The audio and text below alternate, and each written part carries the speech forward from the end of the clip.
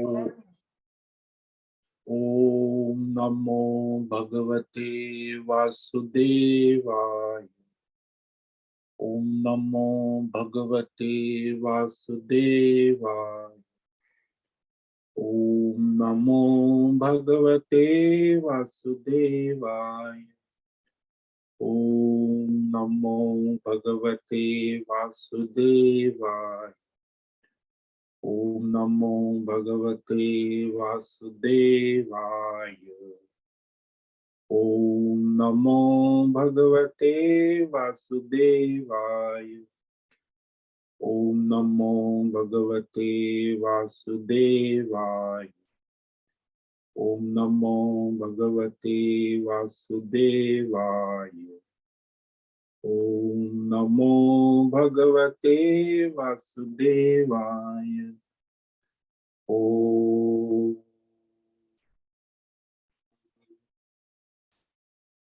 ओम ओम। ओम श्री परमात्मने नमो नमः। ओम गं गणपतये नमो नमः। ओम सं सरस्वत्यै नमो नमः। ओम गुं गुरुभ्यो नमो नमः। ओम सहना भवतु सहनौ भुनक्तु सह वीर्यं करवावहै तेजस्विनावधीतमस्तु मा विद्विषावहै। ओम शांति शांति शांति। सदाशिव समारंभां शंकराचार्य मध्यमम् अस्मदाचार्य पर्यन्तां वंदे गुरु परंपराम्। ओम पार्थाय प्रतिबोधितां भगवता नारायणेन स्वयं व्यासेन ग्रथितां पुराणं मध्ये महाभारतम् अद्वैतामृतवर्षिणीं भगवतीम् अष्टादशाध्यायिनीम् अम्ब त्वामनुसन्दधामि भगवद्गीते भवद्वेषिणि। वसुदेवसुतं देवं कंसचाणूरमर्दनं देवकी परमानन्दं कृष्णं वन्दे जगद्गुरुं। नमस्ते परमं ब्रह्म सच्चिदानन्दरूपाय निर्गुणाय नमस्तुभ्यं ओंकाराय नमो नमः। सर्वे दुर्गाणि तरन्तु सर्वे भद्राणि पश्यन्तु सर्वे सद्बुद्धिमाप्नोतु सर्वे सर्वत्र नंदतु। ओम तत्सत्। ओम ओम ओम। आप सभी ऑनलाइन नेटवर्क पर उपस्थित भगवत गीता श्रवण साधकों को आज प्रातः का अभिवादन अभिनंदन अभिवंदन। हरि ओम हरि ओम हरि ओम। हम सबको आज का यह दिव्य दिन तन मन धन जन देश काल विषय वस्तु परिस्थिति अवस्थाएं अध्यात्म भौतिक दैवी व्यष्टि समष्टि क्षेत्र सभी को अपने अपने पूर्व में अनंत जन्मों में किए हुए संचित पाप पुण्य धर्म अधर्म मिश्र कर्मों के पके हुए फल स्वरूप में वर्तमान में आज अपने अपने प्रारब्ध अनुसार परमेश्वरी अचिंत्य योग माया के माध्यम से प्रसाद स्वरूप में प्राप्त हुआ है मिला है। अतः आज का यह दिव्य दिन परमार्थ हेतु निष्काम सेवा यज्ञ देव यज्ञ ऋषि यज्ञ पितृ यज्ञ मानव यज्ञ भूत प्राणी यज्ञ सात्विक दान शारीरिक वाचिक मानसिक तप निष्काम कर्म योग ध्यान योग भक्ति योग ज्ञान योग साधना स्वाध्याय वेद शास्त्रों का अध्ययन अध्यापन उपासना आराधना के लिए समर्पित करे और कराए।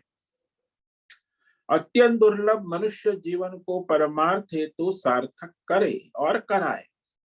आज विक्रम संवत 2080 अश्विन मास शुक्ल पक्ष की अष्टमी नवरात्रि तिथि है। ये सायं 7:18 तक है। उसके बाद नवमी लग जाती है। आज है उत्तर आषाढ़ नक्षत्र सायं 6:42 तक। उसके बाद श्रवण नक्षत्र लग जाता। आज है रविवार सूर्य उपासना आराधना का दिन। और यहाँ शीत ऋतु प्रारंभ हो चुकी है। रात्रि का न्यूनतम तापमान 16 डिग्री और दिन का अधिकतम तापमान 30 डिग्री रहा। वायु की गति 10-15 किलोमीटर प्रति घंटा चल रही, शीत वायु, और गंगा जी का प्रवाह कम हो चुका है। ईस्वी सन 2023 22 अक्टूबर 22 अक्टूबर 2023 सुबह के आज 7 बजने वाले हैं। कलयुग का प्रथम चरण उत्पादन 248वां वर्ष 7वां वैश्विक मनवंतर श्वेत वराह ब्रह्मा जी का 26वां दिन और 51वां वर्ष अभी चल रहा है। तो ऐसे अनंत कोटि ब्रह्मांडीय परमेश्वरी अचिंत्य योग माया में हमारा यह एक ब्रह्मांड, इस ब्रह्मांड में ये पृथ्वी लोक में समुद्र के जम्बू द्वीप में विश्व का एकमात्र वैदिक राष्ट्र भारत में उत्तर हिमालय प्रांत में उत्तराखंड राज्य में टिहरी जिले हिमालयन शिवालिक पर्वतमाला के अंतर्गत मणिकुट पर्वत के ऊपर नीलकंठ महादेव के सामने ऋषिकेश नगरी में मुनिकीरेती प्रांत में शीशमजाड़ी में अवधूत बाड़ा आश्रम के सी ब्लॉक के पहले माले से 5 नंबर कमरे से गंगा किनारे हम स्वामी उत्तमानंद सरस्वती भगवद गीता के आचार्य शिष्य स्वामी चिन्मयानंद सरस्वती महाराज कैवल्याद्वैत वेद व्यास भगवत्पाद शंकराचार्य की श्रृंगेरी संन्यास परंपरा से शिक्षित दीक्षित सनातन वैदिक भारतीय हिंदू धर्मानुसार संपूर्ण भगवद गीता ज्ञान यज्ञ ऑनलाइन चैतन्यमय जीवंत लाइव प्रसारण के अंतर्गत व्याख्यान माला में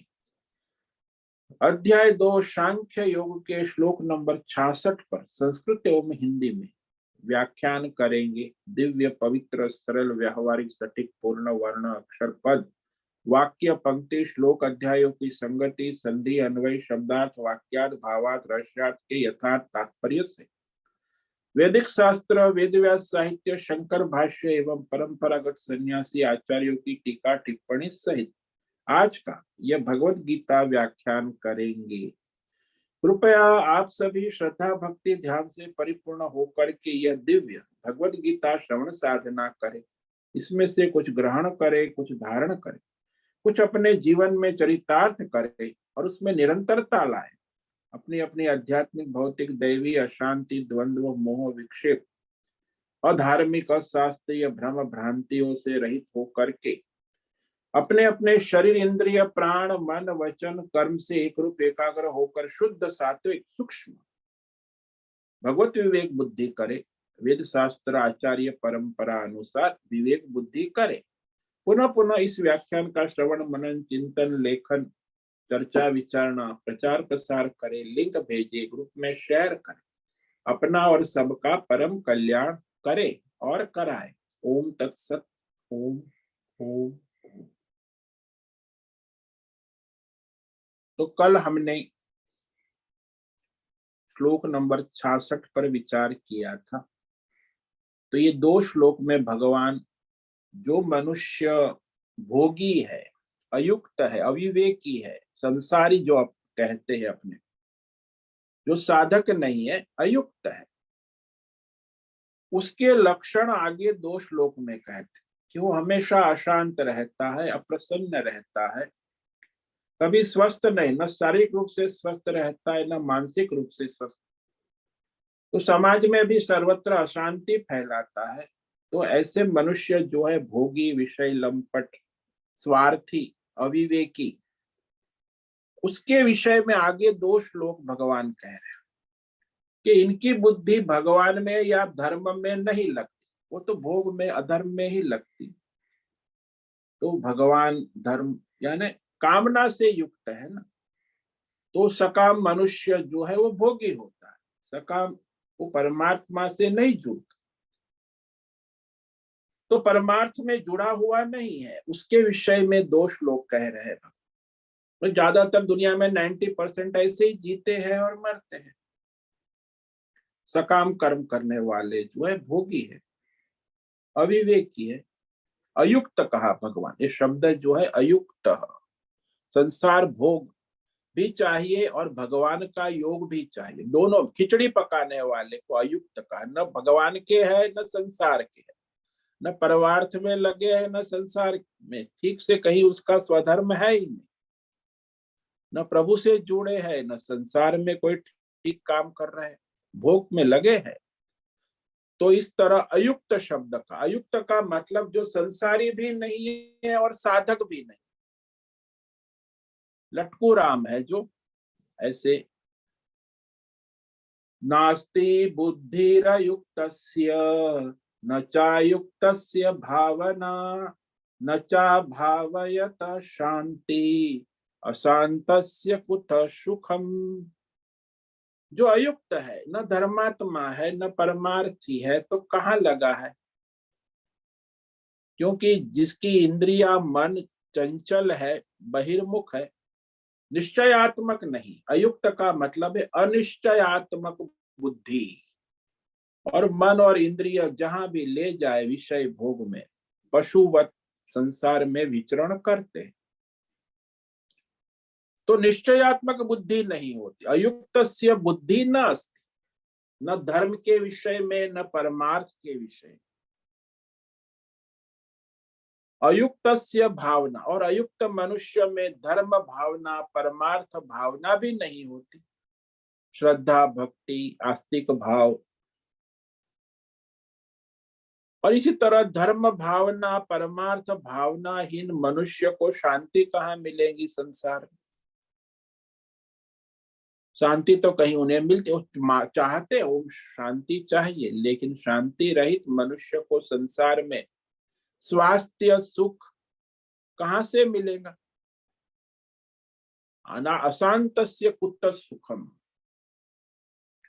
इसीलिए जिसकी बुद्धि निश्चयात्मक नहीं है, धर्म या परमार्थ में नहीं है, कोई दृढ़ निश्चय नहीं है, तो वह, जैसे हमारे व्रत चल रहे, नवरात्रि है, तो निश्चय जो धर्मात्मा होगा, हम नवरात्रि करते, हमारे यहाँ आश्रम में कोई नहीं, बाजू के आश्रम में भी इतने स्वामी है दयानंद, कोई व्रत ही नहीं, भाई फलाहार है, साधना है, तप है।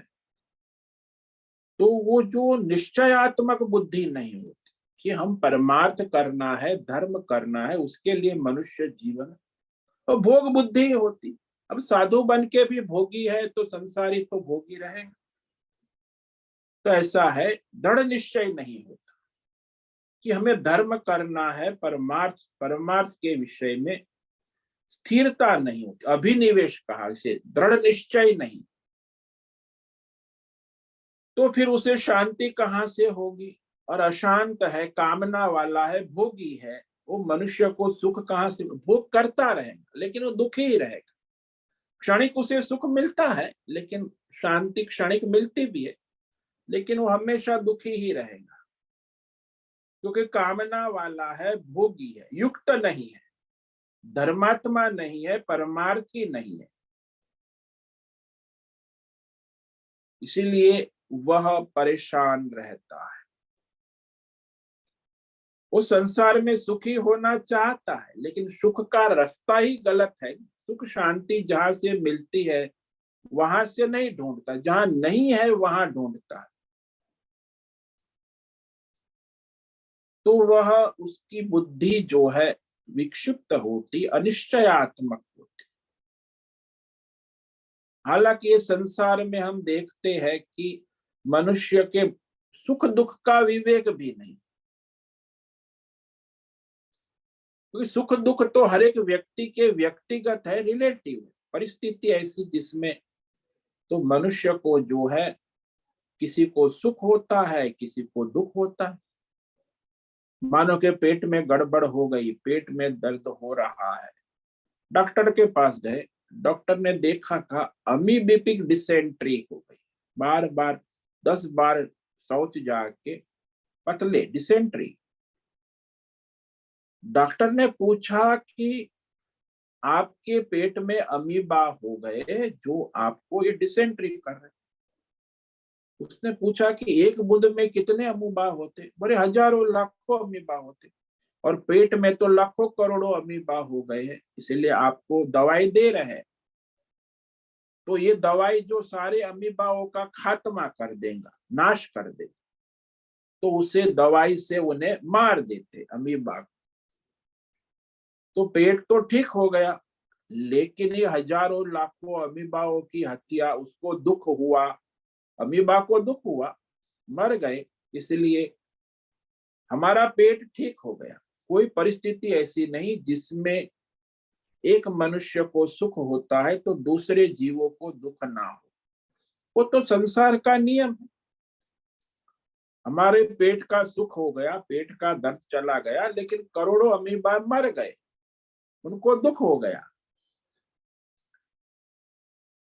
इसीलिए ईश्वर सबके अंतकरण में सदा उपस्थित है, एक साथ उपस्थित, कम ज्यादा नहीं। इसीलिए वहां दुख की संभावना ही नहीं है। तो फिर दुखी लोग क्यों है? इसी का कारण है कि ईश्वर के सुख से जीव जुड़ा नहीं। ईश्वर तो उपस्थित है, जैसे हमारे घर में लाइट उपस्थित है, लेकिन हमारे जो इलेक्ट्रिक करंट आ रहा है, लेकिन हमारी मेन स्विच ऑफ है, तो कमरे में अंधेरा है। अब उसका कारण यह है कि मेन स्विच ऑफ है, ये अयुक्त है। तो ईश्वर तो सर्वव्यापक है, लेकिन हमारी जो मेन स्विच बुद्धि का विवेक ऑफ है ना। अब मेन स्विच ऑफ है तो मन इंद्रिया तो कहीं कहीं भटकती रहे। तो वहां वह मनुष्य को ईश्वर दुख नहीं दे रहा है। ईश्वर तो सुख शांति स्वरूप, परमात्मा से जुड़ जाएगा तो उसे सुख शांति अवश्य मिलती है। नहीं कि हम परमात्मा से जुड़ेंगे तो हमारे दुख परमात्मा के साथ होके परमात्मा भी दुखी हो जाएगा।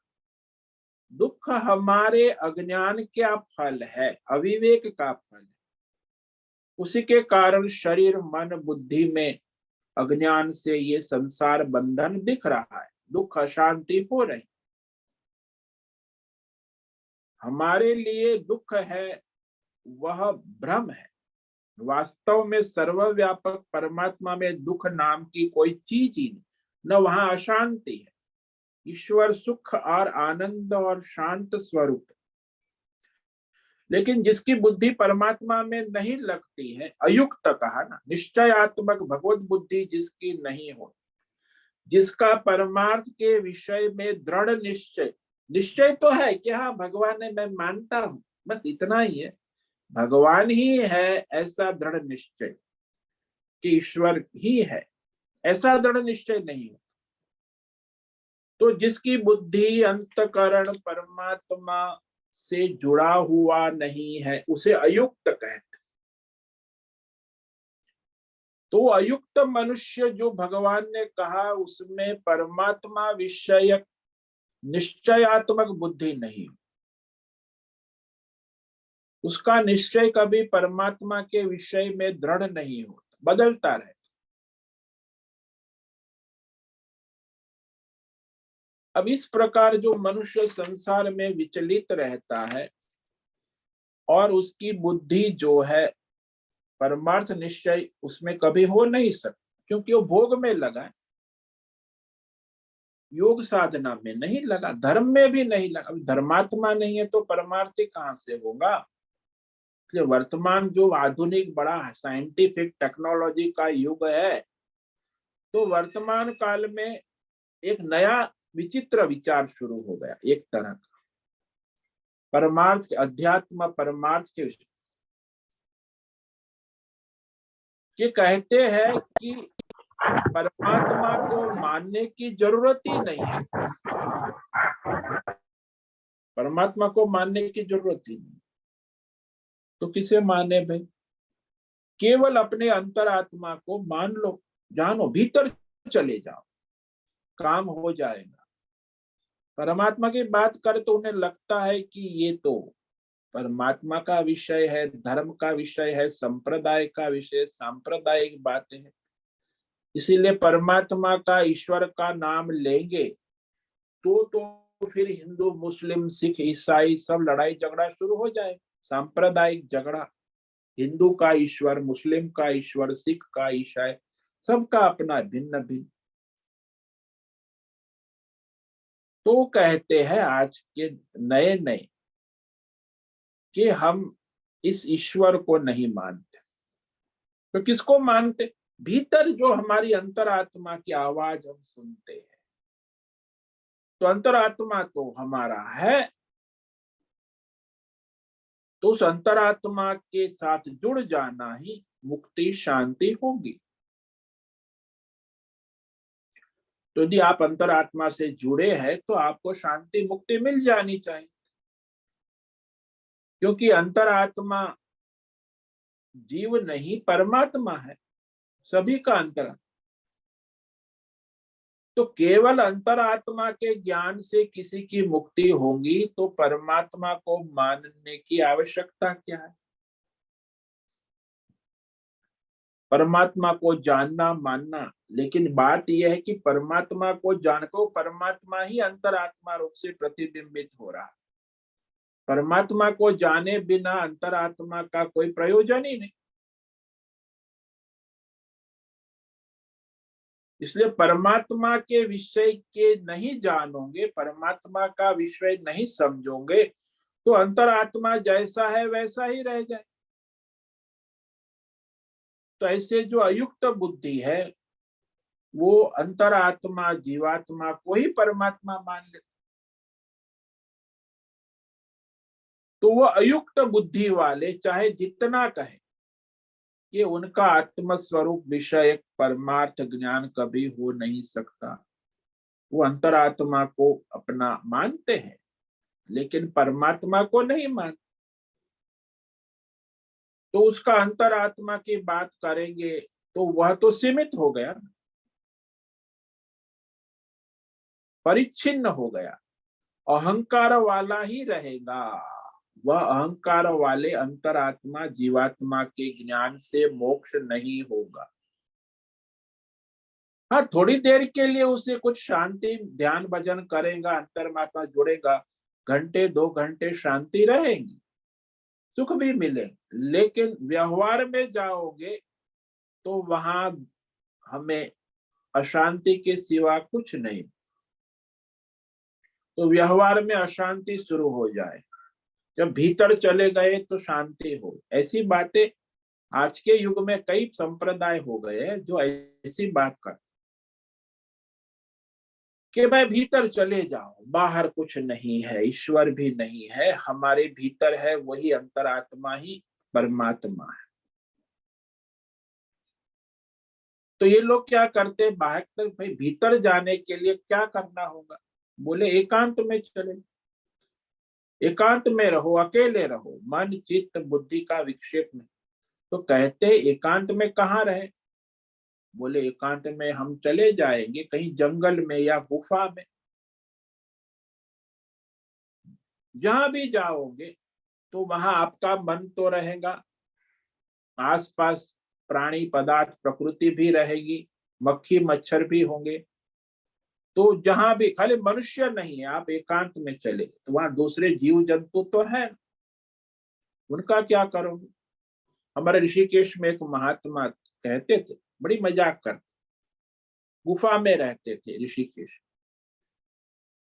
तो उन्होंने कहते मजाक में कि अरे मैं तो कब का आत्मज्ञानी मुक्त हो गया हूं, लेकिन मेरी गुफा में ये मच्छर, मक्खी, चींटी, कीड़े मकोड़े सब आके मुझे ध्यान लगाने नहीं देते।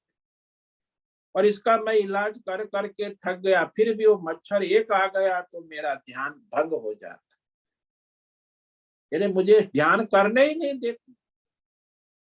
तो मैं तो गुफा में बैठा हूं लेकिन वहां तरह तरह के जीव जंतु स्थूल सूक्ष्म आते जाते रहते। अब वहां एकांत कहाँ है? तो मुझे, अब तो कहीं भी जाओ संसार में जीव जंतु रहेंगे, प्रकृति रहेगी आपकी और आसपास बाहर प्रकृति भी रहेगी, भीतर आपकी प्रकृति भी रहेगी। तो हमारे महर्षि वशिष्ठ जी कहते हैं, ये उसमें योग वशिष्ठ में ग्रंथ में ऋषि है वशिष्ठ कहते कि मैं एकांत में जाने का निश्चय किया कि मैं एकांत में चला जाऊं। अब पृथ्वी पर सब जगह देखा तो कहीं एकांत नहीं मिला, तो फिर कहाँ चले गए? शून्याकाश में चले गए। शून्याकाश में चले गए। वो योगी थे, ऋषि थे। तो जहां नक्षत्र तारे कुछ भी नहीं, शून्य आकाश, क्योंकि ग्रह नक्षत्र तारे सूर्य चंद्र उसमें नहीं है, आकाश में है। लेकिन शून्याकाश में चले जाए तो वहां न ग्रह है, तारे है, नक्षत्र है, कुछ भी नहीं। जैसे बौद्ध का शून्यवाद, शून्यम शून्यम शून्यम, शून्याकाश। तो उस सिद्धि में पहुंच गए। तो शून्याकाश में बैठकर परमात्मा का ध्यान कर रहे थे। तो थोड़ी देर में एक युवती की आवाज सुनाई दी। अब शून्याकाश में चले गए, वहां युवती की आवाज, चारों तरफ देखने लगे, युवती कहाँ से आ गई यहाँ। देखा चारों तरफ पेड़ है, पहाड़ है। देखा कि वहां नदी के किनारे एक युवती कुछ गाना गा रही। तो ऋषि चलकर उस युवती के पास पहुंच गए, पूछा तुम कौन हो? युवती ने कहा मैं आपकी पुत्री हूं। तो ऋषि को आश्चर्य हुआ कि मेरी पुत्री? तब उसने कहा आप जहां एकांत में बैठे हो ना, आपके मन में जो संस्कार पड़े हैं सारे, जो अंतःकरण में संचित संस्कार सारे एक साथ यहाँ आकर बैठे। आप तो यहाँ एकांत में बैठे, लेकिन आपके संस्कार, आपका मन भी तो है ना। इसलिए आपके मन के संस्कार के फल स्वरूप ये जो बाहर का संसार आपके सामने उत्पन्न हो गया।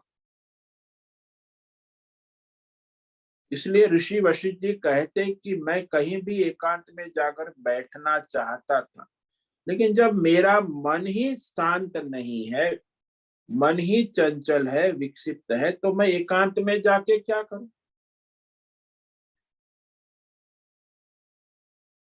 कहीं भी जाओगे तो हमारे संस्कार, हमारी वासना, हमारा मन हमारे साथ जाएगा। बंगाली भाषा में कहावत है, आमी जाबे बोंगे कपाल जाबे सोंगे। अरे भाई कहीं भी जाएंगे तो हमारा मन, हमारी वासना, हमारी कामना, हमारे संस्कार तो हमारे साथ ही जाएंगे ना। जैसे वो बच्चा कहीं भी जाएगा तो उसकी माँ के साथ ही जाएगा ना। भाई 6 महीने का बच्चा, 3 महीने का बच्चा, तो माँ जहां जाएंगी वहां बच्चा भी जाए।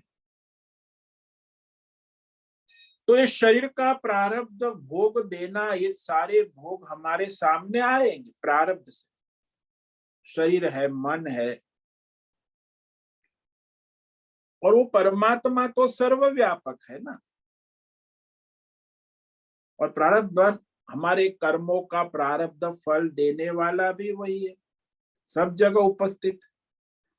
तो ऋषि वशिष्ठ जी ने वहां से वापिस आ गए, एकांत से आकर अपने प्रारब्ध के अनुसार अपनी साधना करने लगे। तो यह ऐसा कभी ना सोचे कि हम एकांत में चले जाएंगे फिर बड़ी साधना होगी। तो शास्त्र में हमें बहुत जगह कहा कि एकांतम आसीन, जगह जगह बात बताई, विशेषता बताई। एकांते सुखमाशताम, भगवत गीता में भी भगवान ने सौम्य विदम अग्र आसीत एकमेवा द्वितीयम। तो उपनिषदों में भी एकांत की विशेषता है। एकांत शब्द का अर्थ है परमात्मा। परमेश्वर, परमेश्वर में जाके बैठना, कहीं भी हो सब उपलब्ध है, सब जगह, कोई एक नहीं है। परमात्मा एक नाम है, एकांत कोई एक नहीं है।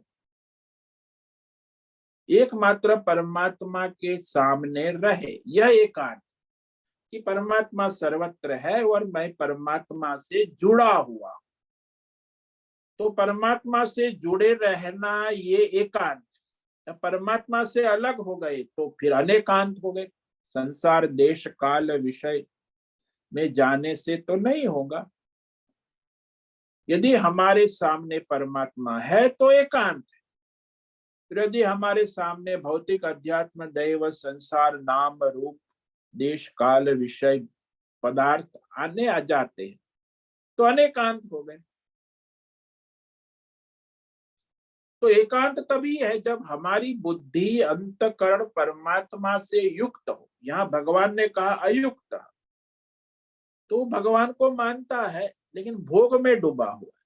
प्रभु भी चाहता है, ऐसा नहीं है कि ये अयुक्त आत्मा बड़ा विचित्र होता है, भगवान का भजन भी करता है और संसार का भोग भी चाहता है, इसको अयुक्त कहते हैं। हमारे सूरत में भी एक सत्संगी आते थे सुबह, मेरा विवेक चूड़ामणि प्रवचन से, युवा थे, युवक थे, व्यापारी थे। तो सुबह उठ जाते थे जल्दी, फिर 7 से 8 प्रवचन सत्संग नाश्ता, फिर वो अपने काम धंधे में लगे। फिर मैंने एक बार पूछा आप शाम को क्या करते रात? बोले रात को तो मैं अपने बिजनेस पार्टी होटल क्लब इसमें सब व्यस्त रहता हूँ।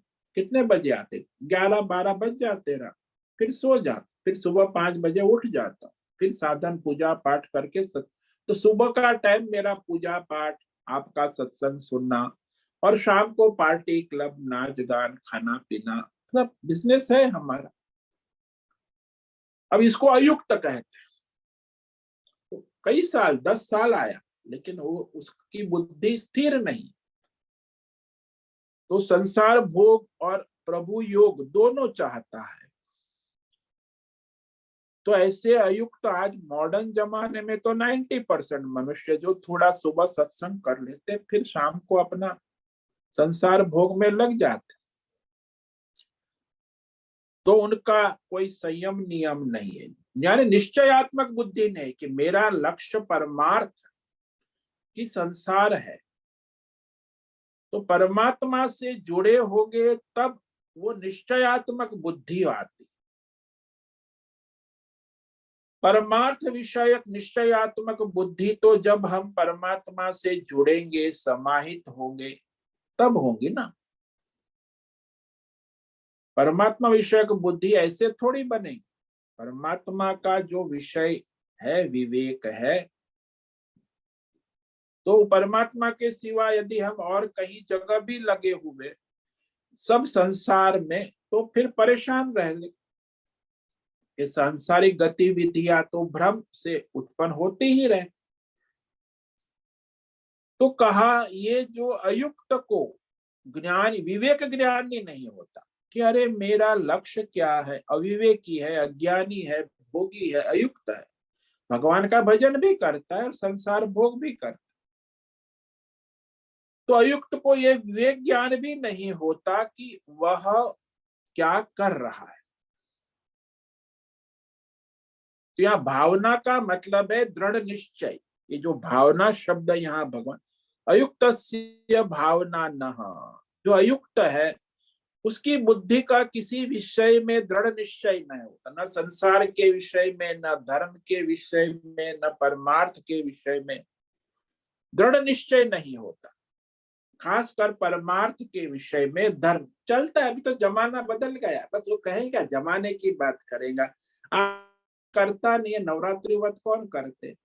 अब वो पुराना जमाना है, हमारे बाप दादा लोग करते थे, हम लोग तो अब खाने पीने वाले, चाउमीन खाएंगे, माउमीन खाएंगे, ये करेंगे। अरे नवरात्रि तो ऐसे भी हो जाती, रात को बस थोड़ा भगवान माता जी को याद कर ले, गरबा गा ले, बस हो गई। तो ये सब आज के युग में होता है।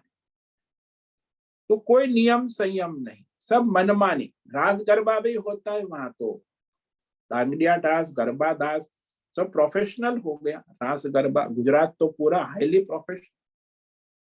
अब वो अयुक्त बुद्धि, न उसको माता जी में रस है, न भोग, न भोगी है न योगी है। रात भर नाचते हैं, किसके लिए नाचते हैं पता नहीं, भोग के लिए कि माता जी योग के लिए। तो ये अयुक्त का जमाना है आजकल, तो भाई ज्यादातर अयुक्त ही मनुष्य होते, दोनों नाटक करते, भगवान का भजन का भी दिखाओ, भोग में भी लगे। तो ये जो यहाँ कहा कि इनका यह मन बुद्धि में कोई विषय में लक्ष्य भी निश्चित नहीं होता और निश्चयात्मक बुद्धि नहीं। तो ये भावना का मतलब ही हुआ कि अनिश्चयात्मक बुद्धि, परमार्थ विषय में उनकी दृढ़ निश्चयात्मक बुद्धि नहीं होती। कर लेंगे बाद में, अभी रिटायर्ड होके करेंगे बाद में, अभी बहुत समय, अभी एंजॉय कर लेते थोड़ा लाइफ, तो ऐसा सब बकवास करते रहते। तो उनकी बुद्धि, अंतकरण, मन कहीं शांत नहीं होता, स्वस्थ भी नहीं होते, कि परमार्थ विषय की भावना भी नहीं होती ना, कि परमात्मा को प्राप्त करना है, अत्यंत आवश्यक कार्य है परमार्थ करना। वह तो हमेशा इस संसार के भौतिक अध्यात्म देव विषय तन मन धन, टाइम ही नहीं। कहेगा कि मुझे अस्पताल जाना है, आज सत्संग में नहीं आऊंगा। अरे भाई अस्पताल जाना है तो फिर सत्संग कर ले सुबह। नहीं नहीं नहीं, जाना है मुझे, तैयारी करनी। तो मेरा पहला प्रायोरिटी तो अस्पताल है, सत्संग तो बाद में होगा न होगा। तो ऐसे सत्संग के बारे में किसी को भी कहो तो उसको संसार की बात आके कहे कि टाइम नहीं, मतलब कि हमारी प्रायोरिटी संसार भोग है, अनात्मा विषयों को ही महत्व देना, उसके बारे में सोचना, अनात्मा संसार के विषय में बोलना, संसार के विषय भोग करना, बस उसी में लगा। परमार्थ के बारे में कुछ कहेंगे तो बोले समय नहीं है बोलने का, सोचने का, करने का। लेकिन संसार भोग में सोचने का भी बहुत समय, संसार के विषय में सोचेगा, बोलेगा और करेगा, सोचता भी बहुत है, बोलता। लेकिन परमात्मा के विषय में न सोचने का समय है, न बोलने का, न करने का भी समय। इसीलिए परमार्थ विषय में दृढ़ निश्चय उसको नहीं करना पड़ता है, जब तब होगा अभिनिवेश, इसको अभिनिवेश कहते, दृढ़ निश्चय करे। दोनों में हमारे सामने आते, थोड़ा शास्त्र का अध्ययन किया तो हमें दोनों विवेक होगा, परमार्थ विषय भी होगा, अनात्मा विषय। तो हमें विवेक करके आग्रह पूर्वक परमात्मा में, परमार्थ बुद्धि में बुद्धि को स्थिर निश्चयात्मक करना, यही मुख्य साधन है। बुद्धि की निश्चयात्मक स्थिरता, जिस प्रकार एक विद्यार्थी है, उसको आवश्यक है कि उसे अपना लक्ष्य प्राप्त करना है। वो कहता है परसों मेरी परीक्षा है और आज मुझे पढ़ना है, तो अपनी मन बुद्धि सब तरह हटाकर एक कमरे में मामा माता पिता को कह देता है, बैठ जाता है। अब वहां बाजू के कमरे में टीवी चल रहा है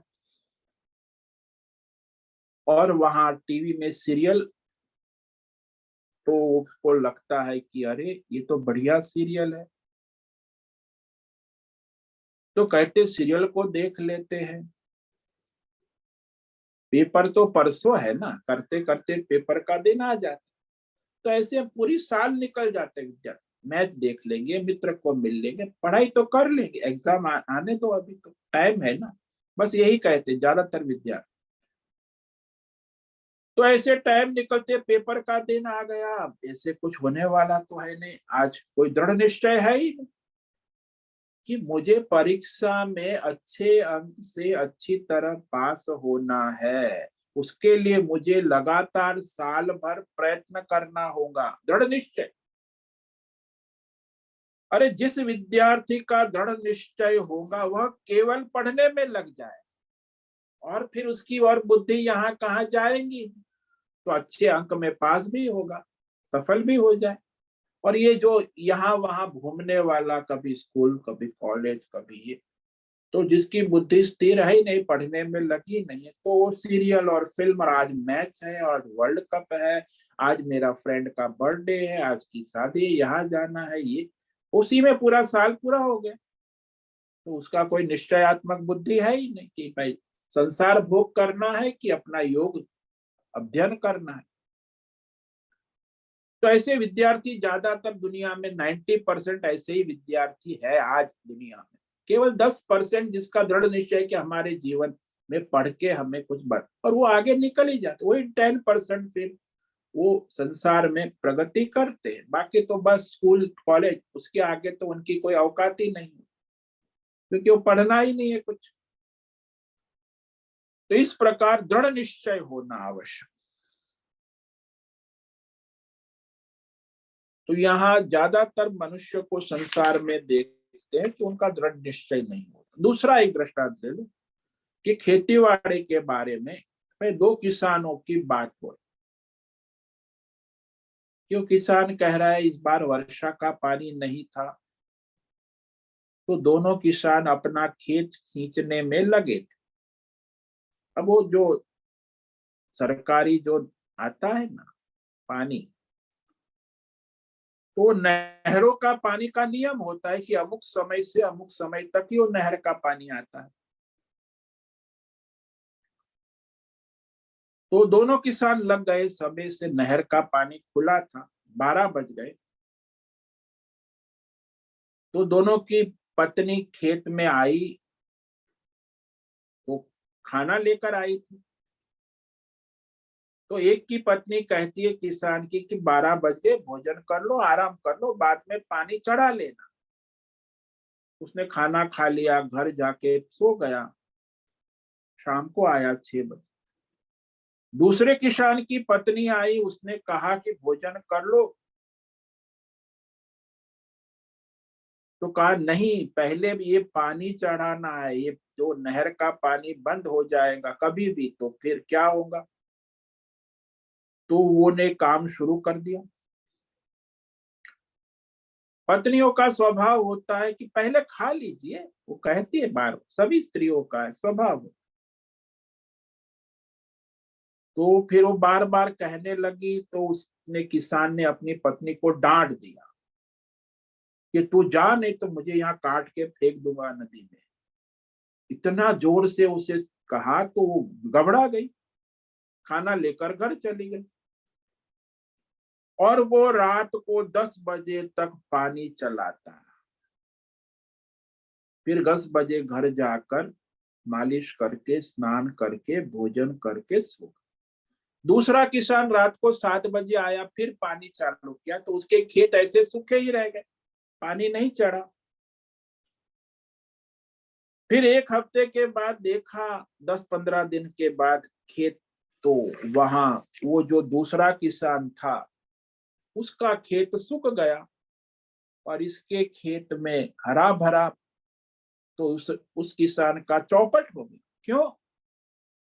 बाद में कर लेंगे, भोजन करके आराम कर लेते हैं, पानी तो आता रहेगा। वो तो नहर का पानी है, फिर चला गया, उसे रात पर चला भी नहीं सकता। तो इसी प्रकार अब ये खेत क्या है?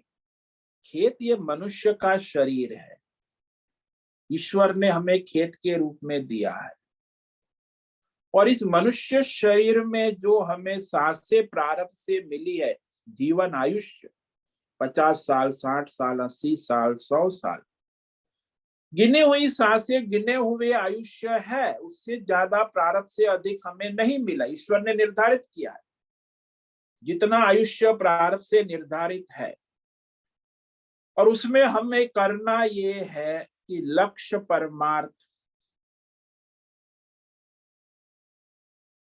तो जिसका लक्ष्य परमार्थ होता है उसकी बुद्धि का निश्चय दृढ़ होता है। जैसे गौतम बुद्ध है, मीरा है, कबीर है, कभी संतों का जीवन चरित्र सुन पढ़ लो, उन्हें बाद में नहीं, अभी। तो वो थोड़ा यह कर ले, थोड़ा वह कर ले, संसार के विषय में, इसके बाद तो उनके न संसार के विषय में दृढ़ बुद्धि होती है, न परमार्थ के विषय में दृढ़ बुद्धि। तो यहाँ कहते हैं कि मैं संसार को निपटाने लगूंगे तो परमार्थ कब होगा? परमार्थ ज्ञान कर लेंगे तो सब हो जाएगा, ठीक हो जाएंगे। आपके तो सब ठीक होने के बाद परमार्थ करेंगे। अरे परमार्थ करोगे तो सब ठीक हो जाएगा, लेकिन ऐसा नहीं। तो ये बुद्धि का विवेक है, ये कर लो, वो कर लो, वो कर लो, फिर नतीजा ये होता है कि आयुष्य पूरा हो जाता है। प्रारब्ध मर गए, कहाँ गए? चले गए, अभी तो थे, समय आ गया, भाई प्रारब्ध पूरा हो गया। संसार के काम पूरे नहीं हुए, सब वैसे के वैसे रह गए। संसार के काम कभी समाप्त नहीं होते हैं। जो अयुक्त होता है ना, उसको ये दृढ़ निश्चय ही नहीं बन पाता कि मेरे जीवन का मुख्य उद्देश्य परमार्थ है और वो मेरा तात्काल कर्तव्य, इमरजेंसी। तो इसी निश्चय पर नहीं पहुंच पाता। दृढ़ निश्चय न करने के कारण फिर ये संसार के विषयों में भटकता रहता। लेकिन जिसका निश्चय दृढ़ है वो परमार्थ को प्राप्त कर लेता है, इसी जन्म में कर लेता है। लक्ष्य प्राप्ति का आग्रह है, निश्चय दृढ़ है। और जिसका निश्चय दृढ़ नहीं है, बस वो इस तरह संसार और परमार्थ के बीच में, मतलब उसे कहीं शांति नहीं। बोले ऐसे जो दुविधा वाले, न परमार्थी है न संसारी है, दोनों में लटक रहे, भटक रहे, डावाडोल, उसे कहीं सुख और शांति नहीं मिल सकती। अशांति के कारण बने रहते। परमार्थ की निश्चय, दृढ़ निश्चय नहीं हो पाता तो शांति भी नहीं, बिना शांति के परमार्थ सुख संभव भी नहीं। क्योंकि विषय भोग की तृष्णा तो कभी समाप्त होती नहीं, संसार भी कभी पूरा नहीं होता। और परमार्थ के सुख की प्राप्ति तो तभी होगी ना जब उसमें संयम नियम करेगा।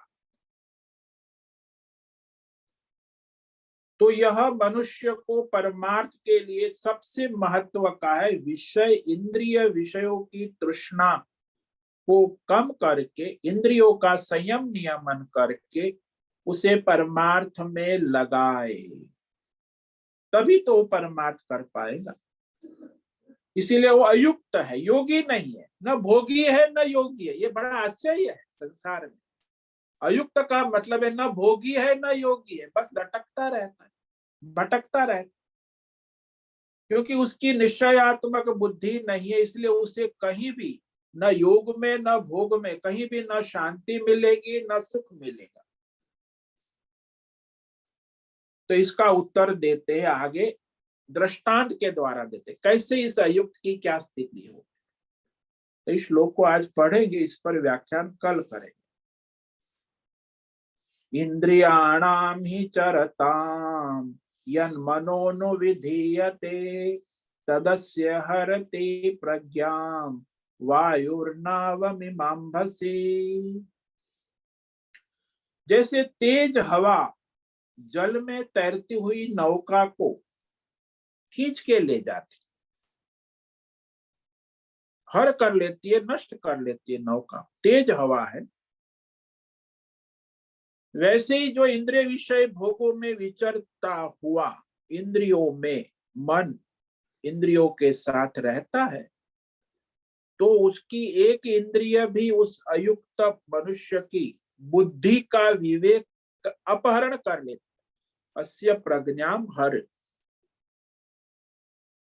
तो एक इंद्रिय भोगी उसे बर्बाद कर दे, दूसरी इंद्रियों की तो बात, क्योंकि मन उसका वश में नहीं है, इंद्रिया उसकी वश में नहीं है, न कोई नियम है न कोई संयम है।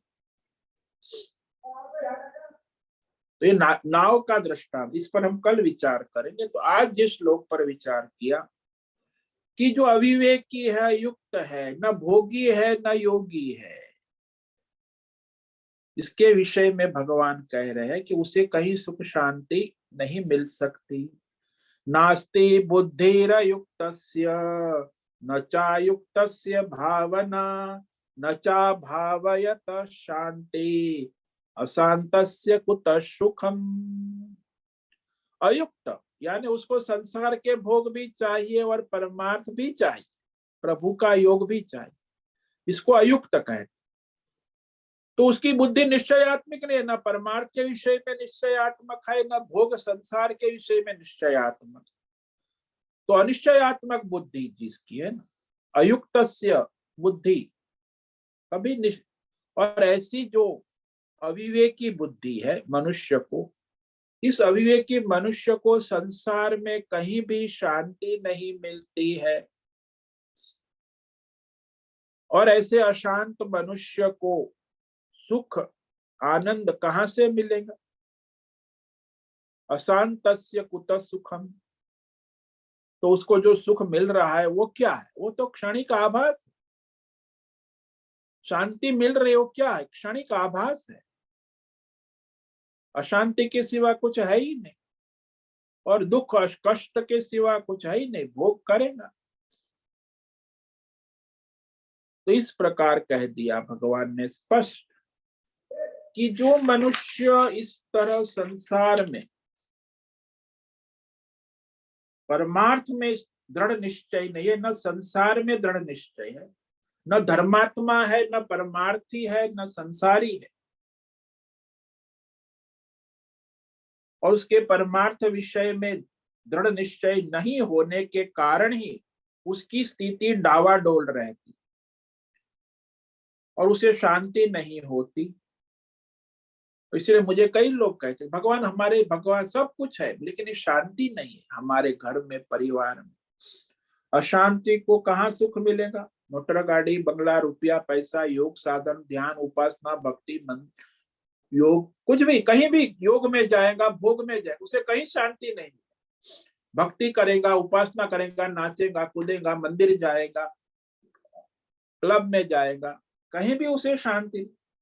सुबह भजन करेगा, शाम को नाच गान करेगा, तो न वहां है न वहां है, न कोई घर का है न घाट का, धोबी का कुत्ता न घर का न घाट का, घूमता रहे और जीवन पूरा हो जाता है, लक्ष्य तो परमार्थ से वंचित हो जाता। तो ये सकाम मनुष्य है, वो संसार में भटकता। निश्चयात्मक जिसकी निष्काम बुद्धि है वो परमार्थ में जुड़ जाता है, उसका परमार्थ हो जाता है। ओम नमो नारायणाय, ओम नमो नारायणाय, ओम नमो नारायणाय, ओम नमो नारायणाय, ओम नमो नारायणाय। कायेन वाचा मनसेन्द्रियैर्वा बुद्ध्यात्मना वा प्रकृते स्वभावात् करोमि यद्यत् सकलं परस्मै नारायणायेति समर्पयामि। ओम सर्वे भवन्तु सुखिनः, सर्वे सन्तु निरामयाः, सर्वे भद्राणि पश्यन्तु, मा कश्चित् दुःखमाप्नुयात्। अस्तु मा सद्गमय, तमसो मा ज्योतिर्गमय, मृत्योर्मामृतंगमय। ओम पूर्णमद पूर्णमिदं पूर्णात् पूर्णमुदच्यते पूर्णस्य पूर्णमादाय पूर्णमेवावशिष्यते। ओम शांति शांति शांति। शंकरं शंकराचार्यं केशवं बादरायणं सूत्र भाष्य कृतौ वंदे भगवन्तौ पुनः पुनः। ईश्वरो गुरुरात्मेति मूर्ति भेद विभाग व्योमवद्व्याप्त देहाय दक्षिणामूर्तये नमो नमः। ओम गुं गुरुभ्यो नमो नमः। ओम तत्सत् ब्रह्मार्पणमस्तु। ओम ओम ओम।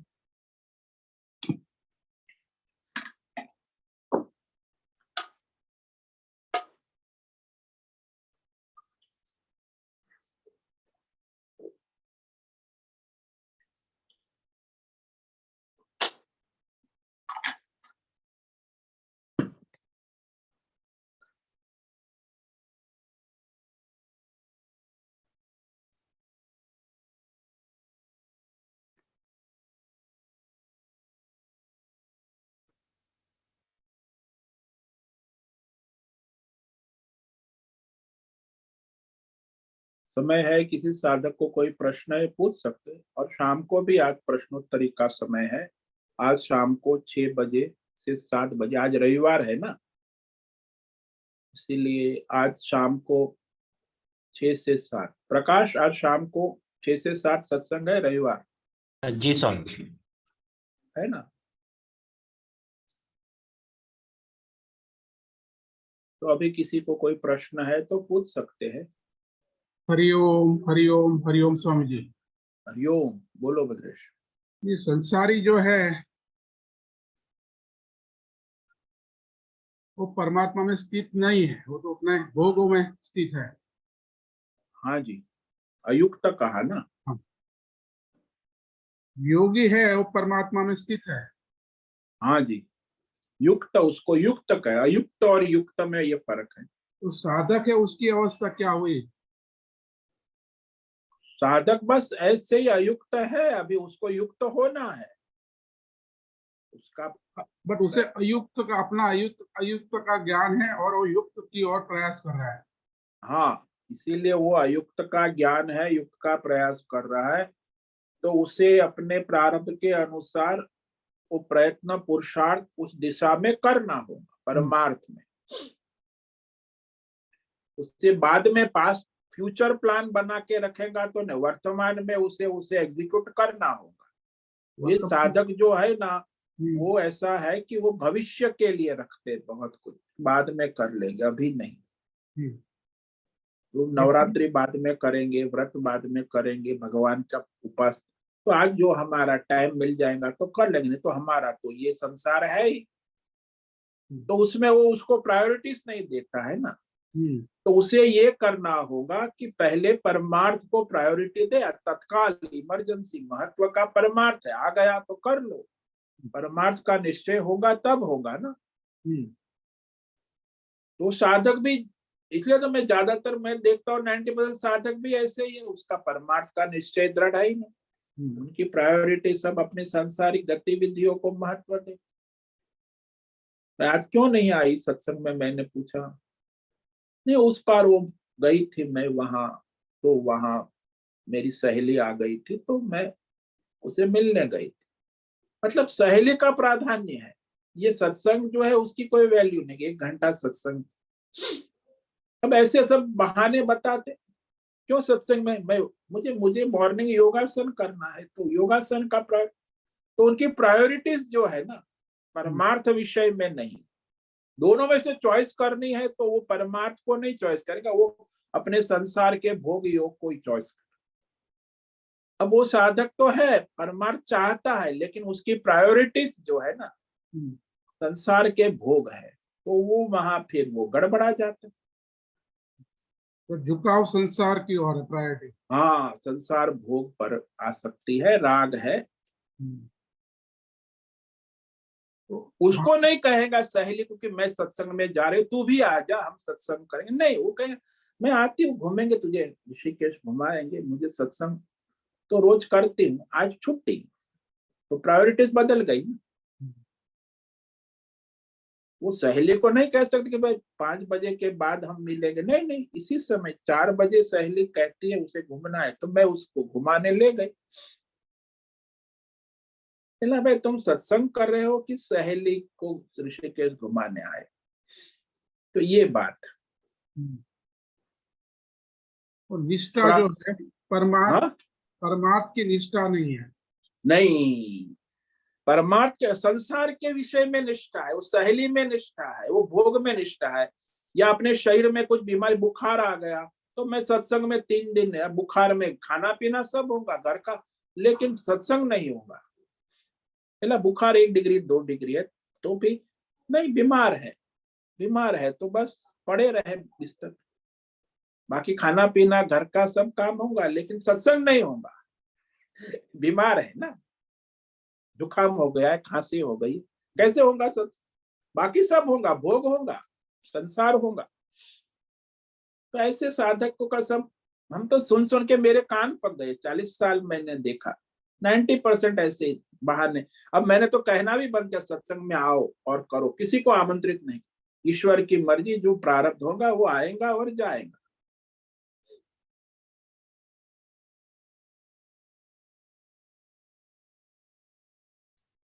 वो निश्चयात्मक बुद्धि रहे ना परमार्थ। अरे भाई सत्संग परमार्थ का जो ये सत्संग मिल रहा है, ये गीता में दुनिया में दुर्लभ में सबसे दुर्लभ, ब्रह्मा जी को भी नहीं मिलेगा ऐसा गीता सत्संग हम सुबह कर रहे हैं। लेकिन देखो आज संडे है, सबकी प्रायोरिटी क्या है? अब वो अपना संडे है, सो गए होंगे, कहीं कुछ अपने नवरात्रि है पूजा में लगे होंगे, उनकी प्रायोरिटीज। तो भी ये आज सत्संग नहीं, तो आज 23 है, जो 43 होते हैं रोज 40 दिन, तो आज रविवार, रविवार को ऐसा ही होता। उनकी प्रायोरिटीज क्या है? संसार है, भोग है, निंद्रा है, तो अयुक्त है ना। कर लेते, टाइम मिल गया तो, अनुकूल है तो, नहीं तो प्रायोरिटी संसार ही है, उसको अयुक्त कहा। इसलिए संसार भी चाहिए और परमार्थ भी चाहिए, दोनों। लेकिन उसमें संसार और परमार्थ में प्रायोरिटी फिर संसार की है। दोनों चाहिए, योग भी चाहिए, भोग भी चाहिए, लेकिन हमारी प्रायोरिटीज भोग है, संसार पहला। बाद में टाइम मिल गया तो हम योग साधना सत्संग भजन परमार्थ कर लेंगे, परमार्थ को बॉटम लाइन, टॉप तो प्रायोरिटी संसार ही है। उसी को भगवान ने अयुक्त कहा ना। दोनों चाहिए, लेकिन एक में प्रायोरिटी गौण है, एक मुख्य है। ऐसा नहीं कि परमार्थ मुख्य है और संसार, ऐसा नहीं, संसार मुख्य है, परमार्थ गौण है। सांसारिक भोग पहला, आज मुझे ये करना है, वो करना है, यहाँ जाना है, वहां, इसीलिए वो सत्संग गौण हो गया। मिल गया तो ठीक है, टाइम पास भी हो गया, अच्छा लगा, भगवान का थोड़ा भजन हो गया, प्रभु की कृपा से हो जाए। यहाँ एक 80 साल का व्यक्ति बैठता है मेरे बाजू, मैंने कहा आप अभी भजन कर माला बाला, अरे भाई भगवान की कृपा होगी तो होगा, मैं क्या कर, तो संसार का ही चिंतन करना है, संसार की बातें करनी है, गपशप करना है, और संसार के कार्य करना है। बेटे का ये हो गया, बहू का ये होगा, इसका इसको यहाँ अस्पताल में ले, अरे भाई ये 80 साल में अभी यही करना है। तो परमार्थ तो कहता है परमात्मा की कृपा होगी तो भजन होगा, संसार तो मेरी कृपा से होता है, इसको कहते हैं अयुक्त। समझ में आया? हाँ स्वामी जी, क्लियर हुआ। हाँ, बहुत बहुत स्वामी धन्यवाद। जी, ओम नमः हाँ शिवाय। बोलो। अगर ये जो गृहस्थ है उनके लिए तो निश्चयात्मक बुद्धि करना भी जरा मुश्किल रहता है ना, तो उनके लिए क्या आपकी आपका एडवाइस या जो भी देखो सजेशंस हैं? गृहस्थ है तो उसकी प्रायोरिटी गृहस्थी है, तो कहाँ से होगी निश्चयात्मक बुद्धि? हो ही हाँ, नहीं नहीं, सकती, हो ही नहीं नहीं हो सकता सकता, है। हो ही नहीं सकता। आपकी प्रायोरिटी सी गृहस्थी है, भगवान उसके गौण है, परमार्थ आपको सेकेंडरी है, तो कैसे होगी निश्चयात्मक? आपको गृहस्थी की निश्चयात्मक बुद्धि छोड़नी होगी, परमार्थ की निश्चयात्मक बुद्धि करनी। संसारी है तो उसको संसार की प्रायोरिटीज है ना, महत्व बुद्धि वहां है, निश्चयात्मक बुद्धि संसार में है, तो परमार्थ में कैसे वो संसारी है। परमात्मा निश्चयात्मक बुद्धि नहीं हो सकती, दो बुद्धि नहीं हो सकती। इसलिए आपको निश्चय करना है कि मुझे प्रायोरिटीज जीवन में क्या है मेरी। उसके लिए उस अनुसार, बुद्धि को एक दृढ़ दृढ़ निश्चय करने के लिए हाँ बहुत ही इतनी मुश्किल है, मतलब मन में वो रहता ही है ना, हमें ये करना है, वो करना है, करते हैं हम बहुत सारी चीजें फैमिली के लिए, उनके लिए, पर वो मन में घूमता रहता है उनका, वो अभी हाँ नहीं किया तो सही नहीं है, ऐसे हो जाता है। तो इससे सब हम कैसे निकलें? देखो आप उसमें आपका प्रारब्ध है, स्वधर्म है, तो कुछ ईश्वरार्थ करो। सांसारिक है, मेरा है, मेरे करना है, ऐसा नहीं। प्रारब्ध के अनुसार ईश्वर की सेवा पूजा है, हाँ गृहस्थी संसार में कुछ प्रारब्ध है तो प्रारब्ध भी ईश्वर की सेवा के ऊपर संसार बुद्धि से मत करो, भगवान की सेवा है, मेरा प्रारब्ध है तो कुछ संसारिक कार्य है कर ले। तो ये संसारी कार्य भी हम भगवान की पूजा मान के कर सकते हैं ना? हाँ, भगवान के लिए, भगवान की पूजा समझ के, नहीं कि मेरे भोग के लिए, स्वार्थ के लिए, परमार्थ के लिए कर ले तो परमार्थ हो जाता है।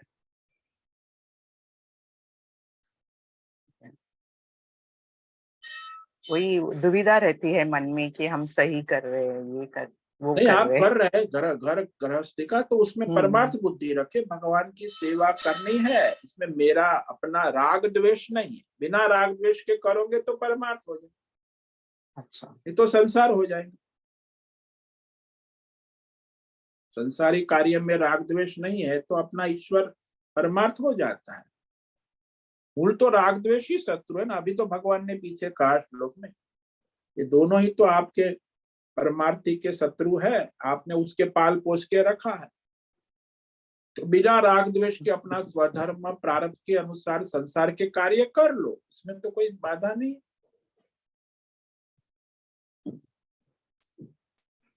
ओम नमो नारायण स्वामी जी। ओम नमः बोलो। परंतु जो अभी प्रश्न पूछा है, तो ये दुविधा ये रहती है स्वामी जी कि सांसारिक के लिए कर्तव्य और स्वार्थ, उनमें फर्क करना मुश्किल होता है। अब हम लोग क्या कहते हैं कि सिर्फ मंदिर में बैठकर स्तुति करने ही मान लेते हैं धर्मार्थ है, और जो कर्तव्य में स्वार्थ फिर आ ही जाता है, क्योंकि जैसे स्वजन है, पुत्र है, माता पिता हैं, उनके लिए करना, और उसमें स्वार्थपन आ ही जाता है, क्योंकि उसमें फिर लोभ मोह दोनों चीजें आ जाती। इस पर ये दुविधा जो है ये रहती है कि ये सही है या सिर्फ भगवान स्तुति, भगवान के लिए ही कार्य करना, ये स्तुति, ये जो नहीं, वो मेरा है, ये मोह से नहीं करना है, भगवान का है, मैं भगवान की सेवा कर रहा हूँ, तो दोनों में अंतर है ना। सोच तो का वो अंतर, सोच का ही अंतर है, कार्य तो वही करना है। कार्य तो वही रहेगा, उसमें कोई परिवर्तन नहीं होगा। जी। स्वधर्म नहीं बदलेगा, सोच बदलेगी कि मैं अपने लिए नहीं कर रहा हूँ, परमार्थ के लिए कर रहा हूँ, बस इतना ही है। भोजन अपने लिए नहीं करो, परमार्थ, तो भोग हो नहीं हुआ, योग हो गया, परमार्थ। कोई भी अपने परिवार का कार्य है, सांसारिक कार्य है, स्वार्थ के लिए, राग द्वेष से नहीं, भगवान के लिए कर रहे तो परमार्थ हो गए। सोच बदलनी है, कर्म नहीं बदलेंगे। जी। कर्म तो आपके प्रारब्ध के अनुसार चलेंगे, करना ही। समझ में आया? जी स्वामी। ओम नमो नारायण। स्वधर्म को परमात्मा मान के करना है। हाँ, तब बात बनेगी। अच्छा, बहुत बहुत धन्यवाद स्वामी। ओम नमो नारायण। ठीक है, ओम आज का नमो समय नारायण। पूरा हो गया। शाम को भी मिलेंगे फिर 6 से 7 सत्संग। सभी साधकों को ओम नमो नारायण। ओम नमो नारायण। ओम नमो नारायण। ओम नमो नारायण। ओम नमो नारायण है स्वामी जी। बहुत से निवेदन है, आज का सत्संग पूर्ण करें। ओम नमो नारायण। आज का यह दिव्य सत्संग हम यही पूर्ण करते हैं। सभी साधकों को ओम नमो नारायण। सभी साधकों सभी साधकों को आपका ओम नमो नारायण। नारायणाय।